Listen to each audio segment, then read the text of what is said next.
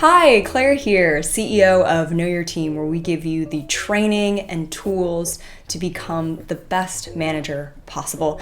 And today I'm back with another KYT manager tip, this time around feedback. And when someone just really doesn't want to hear the feedback, and even no matter how many times you've given the feedback, they just don't seem to be hearing it.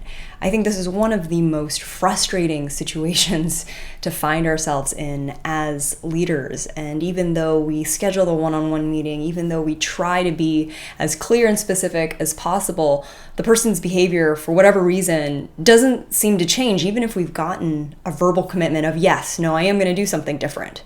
So why does this continue to happen in the first place? Why isn't this person actually internalizing the feedback that you are trying to give? Whether it's about their tone and how they're coming across in a meeting, or their actual performance and their level of detail in execution. And really the main reason for if someone does receive feedback and you do feel like you've been as clear as possible, it's usually because the person themselves has not consciously made a commitment and feels as though they are being held in a positive way to that commitment. In other words, the reason this person isn't changing their behavior is because they actually haven't consciously opted in to changing their behavior. So you may be asking, hey, it'd be great if you could do this. You may be saying, oh, I think doing this would be great or important. But if the other person is just nodding their head passively, if the other person is just saying, oh, okay, rather than them volunteering, opting in, saying, okay, this is what I actually commit to changing, then it's actually unlikely that that behavior will become any different.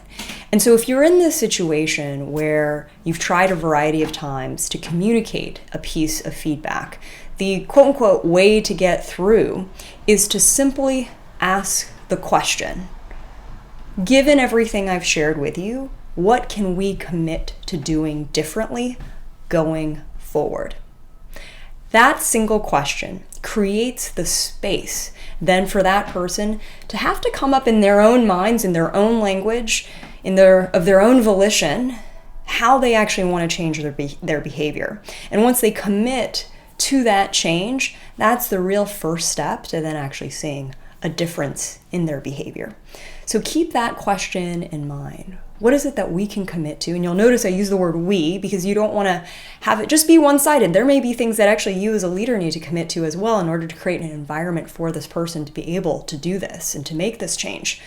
But asking, what is it that we can commit to doing differently going forward, given all this information that I've shared, is going to hold space for that person to actually make that commitment for themselves and to opt in and finally make the change and internalize the feedback that you've so desperately wanted them to truly take in. I hope this was helpful and that it's something that you can use in your next conversation.